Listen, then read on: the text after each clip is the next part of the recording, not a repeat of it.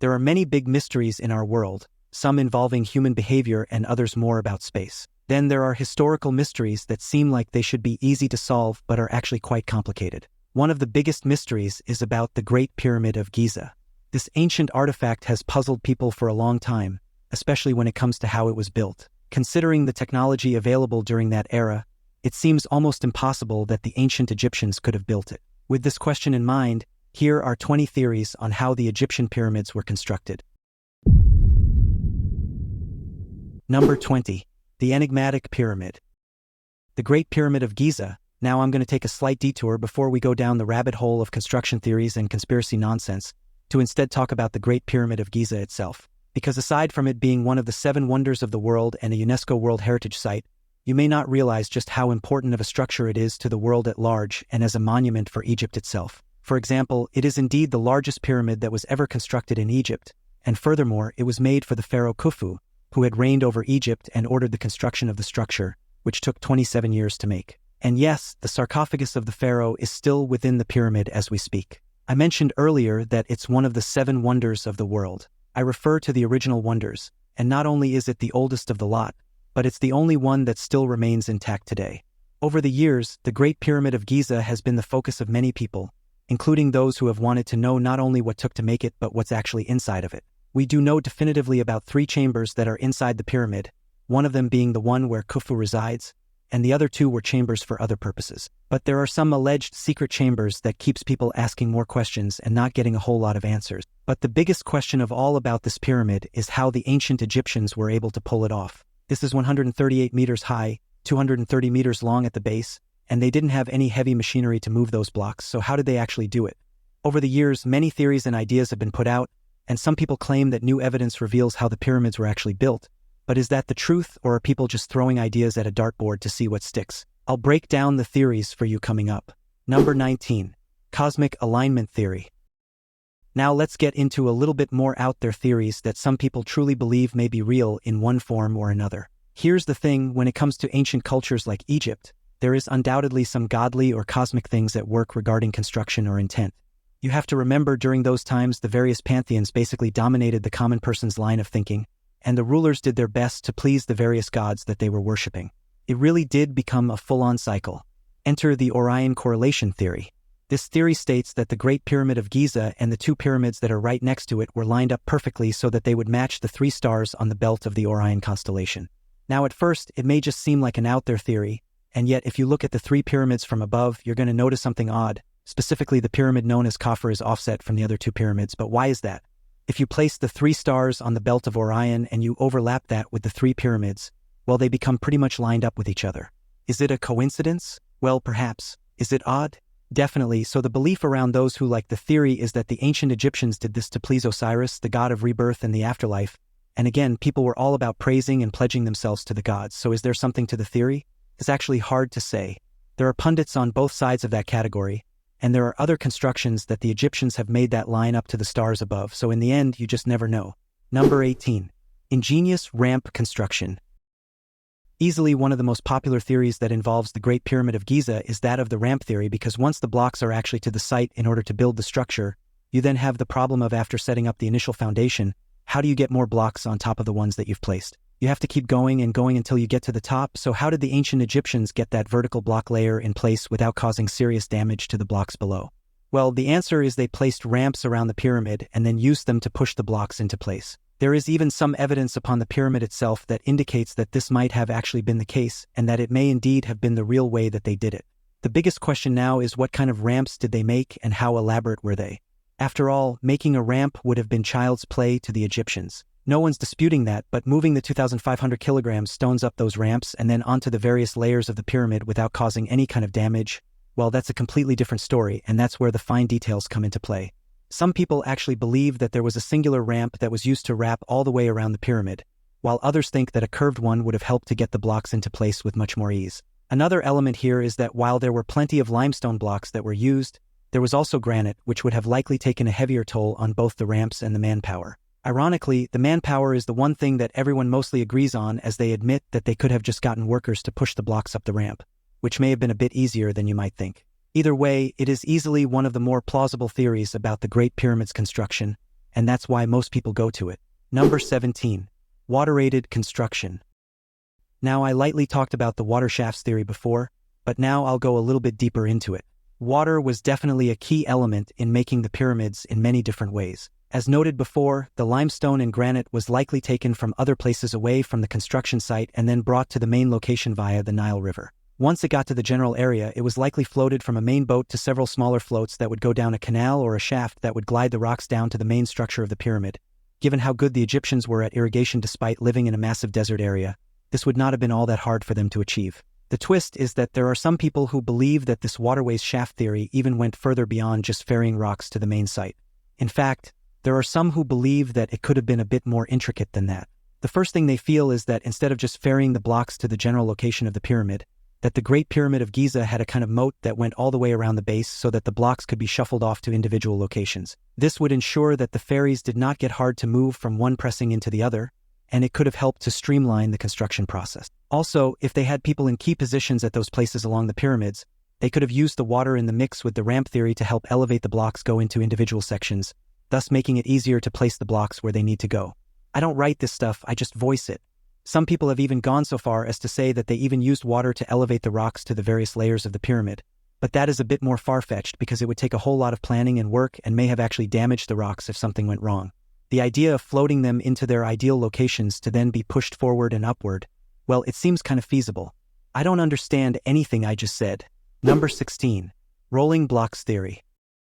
Now, there are several layers to the mystery which go around the construction of the Great Pyramid of Giza, not unlike there are many layers to the pyramid itself. For example, they needed 2 million blocks of limestone in order to make the pyramid in the first place. The irony is that getting those blocks theoretically isn't all that hard to fathom. All they really had to do was get them from other areas of Egypt or Africa and send them down to Nile River, but once they got them to the building site, how did they get the blocks into place? Each of the stones was averagely massive and they weighed over 2,500 kilograms. That's quite the heavy stone. For context, that's about the weight of a pickup truck, and pushing and pulling may have worked if they had the manpower, but it also would have been quite tiring. Other ideas, some of which I'll talk about soon, were also proposed, but they lack the feeling of being quite real. That's when physicist Daniel Bond comes into play. He was actually watching television late one night and saw people testing out an idea for how they moved the blocks and realized that if they had just rolled the blocks, it would have been even easier, and that's when he grabbed some of his students to test it out, where they grabbed some lighter blocks, they strapped long round logs and stone to see if they could roll them along, and guess what? It did in fact work. They didn't have to use a whole lot of strength to get the blocks rolling. Granted, they did it with a 30-kilogram stone, but with the right setup and manpower, the idea would have been to scale up.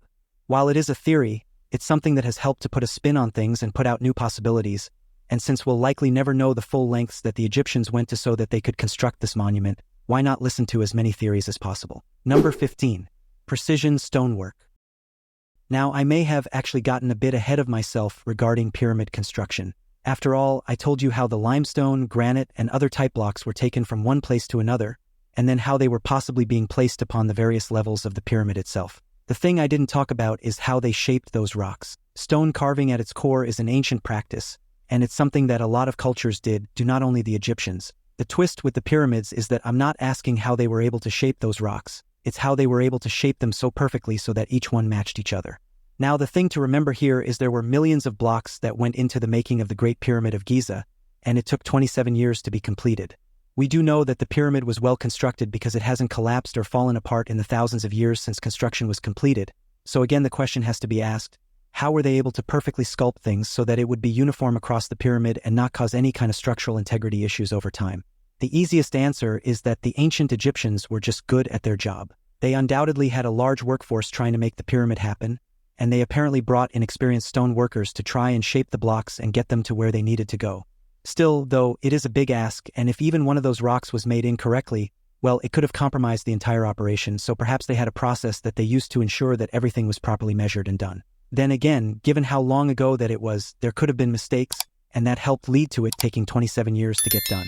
History can be quite mysterious like that sometimes. Number 14. Atlantis myth. Now getting deeper into Nonsense Corner, when you have a mystery that remains unsolved for a long time, like how a bunch of pyramids that shouldn't have been built but were, you have people who will try to rework the problem and think about outlandish theories as to why and how they were made. In this case, There are some people who actually believe that the pyramids were not made by the ancient Egyptians but by those in the lost city of Atlantis, because Atlantis was said to have been an advanced civilization that was capable of making advanced wonders, and they might have even helped the Egyptians to make their wonder with its knowledge, or that might not be true in the slightest. I'm just saying. Number 13. Golden ratio enigma. Now, if you thought the last entry was going a bit down the rabbit hole, it's not really anything compared to this, as this one has to do with the math of the world and how close that the Great Pyramid of Giza is to mimicking it. You see, one of the things that people are real obsessed with are the actual dimensions of the Great Pyramid of Giza. I told you what it is right now, however, it was actually just a bit bigger during its initial construction, having an outer shell that was eventually broken down over time, and that's why we now only see the stones. But when you measure the dimensions of the pyramid now and you look up certain other mathematical properties, well, you can kind of see how cleanly they line up. For example, there's the golden ratio, which is a mathematical property and symbol that can be found all over nature if you know where to look for it. There are also those who say that the concepts of pi along with the Pythagorean theorem are evident in its construction and are only off by a very small percentage. While I'm talking about construction here, we do know that the ancient Egyptians were good at math, just like other cultures, so they might have actually done something like this in order to make things mathematically line up with certain properties. If it is true, well, then a bunch of math nerds will be rejoicing, no doubt. Number 12. Capstone mystery unveiled. This one is not so much a theory as it is an actual mystery that's never been solved. You see, at the top of the pyramids of Egypt, there are special mini-pyramids that are known as capstones. They're meant to be special relics that would highlight the power of the person that's inside of them, and given that a pharaoh was the one who had ordered the construction of the Great Pyramid of Giza, his capstone would likely have been very, very important. It obviously would have been one of the last things put on the pyramid near the end of its construction, and yet, on the Great Pyramid of Giza, it's just simply not there. To this day, nobody really knows what happened to it. The capstone reflected moonlight at night and illuminated the entire space around it. During the day, it would reflect the sunlight with its shiny surface. You could have noticed it from afar. Even given the importance of this pyramid, some suspect that the capstone wasn't just a shiny rock, but possibly could have been made out of gold. As such, it is possible one of the workers or leaders of the project actually ended up stealing the capstone because of how valuable it would have been, once again proving that greed, for lack of a better term, is not good. Number 11. Cardinal directions precision. As we've outlined, the ancient Egyptians were very good when it came to math, as proven by not only their construction skills but how accurately they got things placed when it comes to the pyramids themselves. There's another element of mathematical accuracy that has to be understood here, and that is how they're positioned. In this case, all three of the pyramids within the Giza complex are lined up to the 4 cardinal directions with such accuracy that it's really kind of scary. If we were to try that in today's world, we'd be using various devices to try and ensure accuracy, but the Egyptians didn't have all of our newfangled technology, and they still made it work just fine. For instance, the Great Pyramid of Giza is aligned within 0.067 degrees of true north, which is really insane to consider. So how did they pull it all off? Theories around this note that it could have been that they used the stars above to highlight positions, which we know they were attuned to in various ways, or maybe they could have used certain surveying techniques in order to get the job done. Either way, it did get completed and within a very, very small margin of error. Number 10. Benben stone inspiration. For this next one, I'm going to get just a little bit abstract here because have you ever wondered why the Egyptians tried to shape their pyramids in the particular way they did? Not all pyramids of the world look like that, and so it just makes you wonder where did they draw that inspiration from. One popular theory is that of the Benben stone. According to popular lore, the Benben was a mound that arose from primordial waters upon which the creator deity Adam settled. There are 2 depictions of the stone that are found within ancient Egyptian art. The first is that of a pointed structure that many feel was the inspiration for the pyramids themselves, and others are a more rounded shape that might have inspired some of the structures that are found around the pyramids. It's also this shape that apparently inspired the capstones to be placed on top of the pyramid structures as well. Number 9. Subterranean city secrets. This is a real theory that was made by actual archaeologists just back in 2009. One of them found a cave structure that apparently went below the Great Pyramid of Giza, and this is relevant because if there is a set of caves below the structure, that could reveal a great number of things about both the pyramid and the land upon which it was constructed. If the caves were made by human hands and then the pyramid was placed above them, there could be all kinds of secrets and wonders that are just waiting to be discovered. However, it's been 15 years since that theory, and no such announcements have ever been made. Number 8. Octagonal pyramid precision. If you were to look at any picture of any kind of pyramid and I were to ask you how many sides does that pyramid have, you would likely say 4. That is the general going thought, 4 is fair because from most angles, a pyramid does look like it has 4 sides, one for each direction that each triangle is facing. However, that's where you may be wrong because this is the only pyramid that is known of that actually has 8 sides. If you have a look at pictures of the Great Pyramid of Giza, you will notice something different. You can see a distinct line that's going through the middle of each triangular section. This was intentional. Apparently, they had built the pyramid so that there would be an inward dent, and as a result, the pyramid technically does have 8 sides. That required some serious precision, and you just have to wonder why they did that to this pyramid and not any of the others. Number 7. Ancient power plant. Despite us knowing what the Egyptian pyramids were used for, burial chambers for fallen pharaohs and other important figures, there are those who wonder if they were designed for a much more grand purpose that defies science and gets definitively into the realm of science fiction or even divine power. I'm talking about how the pyramids may have been a massive form of ancient batteries powering up from the sun and moon above to create power. Now, I know that's a very loose explanation, but that's kind of what I'm working with. On the one hand, the components to make something that could store electricity were there, especially via the stones that were used to make the pyramids themselves, but how the Egyptians would have siphoned that power or why they needed to make them that big has never fully been explained and likely never will be. Number 6. Grain storage speculation. Isn't it great when someone from another culture proposes an insane theory about a culture they have zero connection to and attempt to make it sound like they're correct and everyone else is wrong? Well, it's happening. In 2015, then U.S. presidential candidate Ben Carson suggested that the pyramids at one time were actually used for storing grain and other foods in time of famine, even citing the story of Joseph and how he had saved Egypt from starvation by warning the pharaoh of the famine to come. The problem is that the pyramids were made hundreds of years before that Bible story, and the builders didn't design them to store anything but a pharaoh's body. One could argue that they were there, why not use them, but they were easier and less risky ways of storing food at the time, so it's very likely just the product of an imagination. Number 5. Alien spaceship Sphinx. Given the uniqueness of the Sphinx, even when compared to the Great Pyramid of Giza, there have been all kinds of wild theories and tales about it, but as you heard, this one has to do with aliens. Yes, there are a lot of people who believe that there were aliens involved that had helped to construct many of the Egyptian structures over the time, and that included the Great Pyramids and the Sphinx. As a result, there may be an alien spaceship just waiting to be launched back into the stars within a hidden chamber that the Sphinx is said to have. Yep, and I might sprout wings and go flying through the air myself. Who knows? These alien theories often stem from the Sphinx's astronomical alignments and the precision of its construction, which some argue are too advanced for ancient human technology. Such claims are further fueled by the Sphinx's mysterious origins and the unknown purpose of its construction, which remains a topic of debate among historians and archaeologists. Mainstream scholars, however, dismiss these theories, emphasizing the lack of credible evidence and the many accomplishments of ancient Egyptian civilization in architecture and engineering. Nonetheless, the allure of such theories persists in popular culture, captivating the imagination of people around the world and inspiring a plethora of books, documentaries, and discussions. Number 4. Hydraulic power plant. This is not the same as the water shaft theory from before.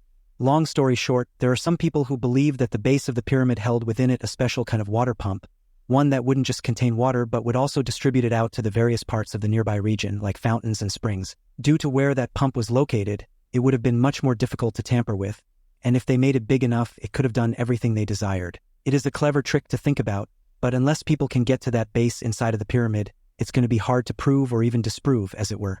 The concept suggests advanced hydraulic engineering capabilities that far exceed traditional understandings of ancient Egyptian technology. Supporters of this theory argue that such a system could explain the exceptional agricultural productivity of the Nile Valley during ancient times. Detractors, however, question the absence of any physical evidence or historical records supporting such a sophisticated use of hydraulics in Egyptian engineering. Furthermore, ongoing archaeological studies and new technologies like ground-penetrating radar may eventually provide more clarity on this and other mysteries surrounding pyramid construction. Number 3. Quarrying precision. Remember when I talked about how the Egyptians were able to cut all of those stones for the pyramid?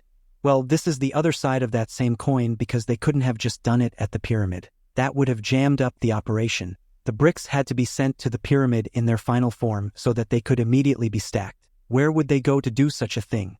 Well, a rock quarry, where else? Specifically, many suspect that the rocks were tirelessly worked upon by the construction people using all sorts of tools, and then once they were ready for shipping, they were then put on ships or floats to get there.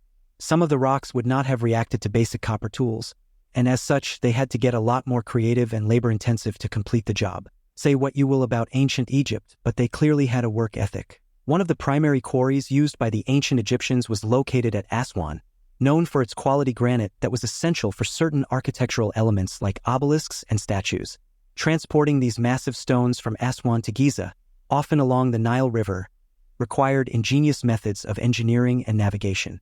In addition to granite, limestone was commonly used and was quarried right at Giza, minimizing transport issues for the bulk of the pyramid's construction material. The quarries and transportation routes used by the Egyptians are still studied today for insights into their advanced organizational and engineering capabilities, reflecting a highly structured and sophisticated society. Number 2. Ingenious pulley system. For this theory, I'll once again return to the ramp theory. As noted near the end of that one of the ways that they could have gotten the blocks up the ramps was through sheer manpower and pushing, but why push when you can pull? In this case, the theory states that they may have wrapped ropes around those blocks and then used heavy sandbags in order to pull them up to the place where they needed to be. It is a clever trick and one that they were definitely capable of. And aside from that, they also had a whole lot of sand in Egypt. This method would not only leverage the natural resources abundantly available, but also optimize the efficiency of their labor force. The use of sandbags could have helped regulate the speed and distribution of weight, making the transportation of heavy blocks more manageable. Additionally, depictions in ancient Egyptian art and texts suggest the use of large teams of workers coordinated in tasks that imply pulling rather than just pushing. This further supports theories suggesting a sophisticated understanding of mechanics and physics in ancient Egyptian construction techniques. This combination of manpower, simple machinery, and natural resources exemplifies the ingenuity of ancient Egyptian engineering, capable of monumental architectural feats that still stand today. Number 1. Dendera light bulb mystery. There are plenty of theories about ancient Egypt and what kind of mystical technology they may have used in order to get jobs done, and one of them apparently involves a light bulb. Before you go rolling your eyes, the reason that people refer to this as a light bulb is because of a hieroglyph in the Great Pyramid of Giza showing a snake within a light bulb-esque structure that appears to be lighting up the area, the envelope, and holding up the water snake. The more logical explanation is that the Egyptians were actually using a special kind of water system to cool down some of the structures from inside so that it wasn't roasting like it likely was on the outside of the pyramid. You have to remember the Egyptians had quite clever ways to get things accomplished. This depiction, often called the Dendera light, is found not in the Great Pyramid, but in the Hathor Temple at Dendera. The image has fascinated both alternative theorists and scholars, leading to various interpretations ranging from symbolic representations to evidence of advanced technology. Archaeologists and Egyptologists typically interpret these images as containing symbolic meaning related to Egyptian mythology and not as representations of actual physical objects. Despite these scholarly interpretations, the fascination with such images underscores the advanced nature of Egyptian artistic and religious expressions, which continue to inspire and mystify modern observers. That's all from the great land of Egypt and the many, many theories about how and why the Great Pyramid of Giza was made. Did you like hearing about all of these theories about the pyramid? And which ones do you think are the most feasible regarding its construction? Perhaps you are of the impression that there's another way it could have been done. Let me know all about it in the comments section down below. Be sure to check out all of the cool videos that are showing up on the screen, and I will see you next time.